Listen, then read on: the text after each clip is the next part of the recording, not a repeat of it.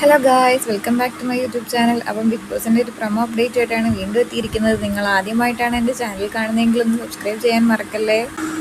Big boss ഒരു mid week എവിക്ഷനാണ് കൊടുത്തിരിക്കുന്നത്. Eviction കുറച്ച് വെറൈറ്റി ആയിട്ടുള്ള ഒന്നാണ്. ആദിലയും നെവിനും എവിക്റ്റ് ആവാനാണ് കൂടുതൽ ചാൻസ്. ആദില എവിക്റ്റ് ആയെന്നും ന്യൂറ സേവ്ഡ് ആയെന്നും ഒക്കെയാണ് നമുക്ക് അറിയാൻ സാധിക്കുന്നത്.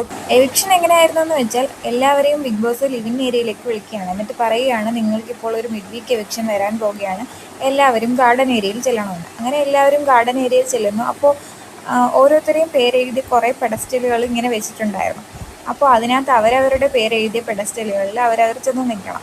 എന്നിട്ടൊരു ബോംബ് പോലത്തെ ഒരു സംഭവം വെച്ചിട്ടുണ്ട്. അതിനകത്ത് കുറേ വയറും ഉണ്ടായിരുന്നു. ആ വയർ കട്ട് ചെയ്യുമ്പോൾ അവർക്ക് ഗ്രീൻ സ്മോക്കാണ് വരുന്നതെങ്കിൽ അവർ സേവ്ഡ് ആണ്, അഥവാ റെഡാണ് വരുന്നതെങ്കിൽ അവർ എവിക്റ്റഡ് ആണ്. അപ്പോൾ ഇപ്പോൾ നമുക്ക് അറിയാൻ സാധിക്കുന്നത് ആദിൽ എവിക്റ്റഡ് ആയെന്നാണ് അറിയാൻ സാധിക്കുന്നത്. ചിലപ്പോൾ ഒന്നോ അതിലധികമോ എവിക്ഷൻ വരാം. ചിലപ്പോൾ നെവിനും എവിക്റ്റ് ആയേക്കാം. ശരിക്കും പറഞ്ഞാൽ ആദിൽ എവിക്റ്റഡ് ആവാനാണ് മെജോറിറ്റി ആൾക്കാരും ആഗ്രഹിക്കുന്നത്. ഈ ഒരു 1 വീക്ക് ആദിലയുടെ ഗെയിം വളരെ മോശമായിരുന്നു. ഇപ്പം പുറത്തുനിന്ന് ആൾക്കാരൊക്കെ വന്നപ്പോൾ ആദിലയുടെ ഗെയിം അതിലും മോശമായിട്ടാണ് കാണുന്നത്. അതൊക്കെ കൊണ്ടായിരിക്കും ആദില എവിക്റ്റഡ് ആവാൻ കാരണമെന്നാണ് എനിക്ക് തോന്നുന്നത്.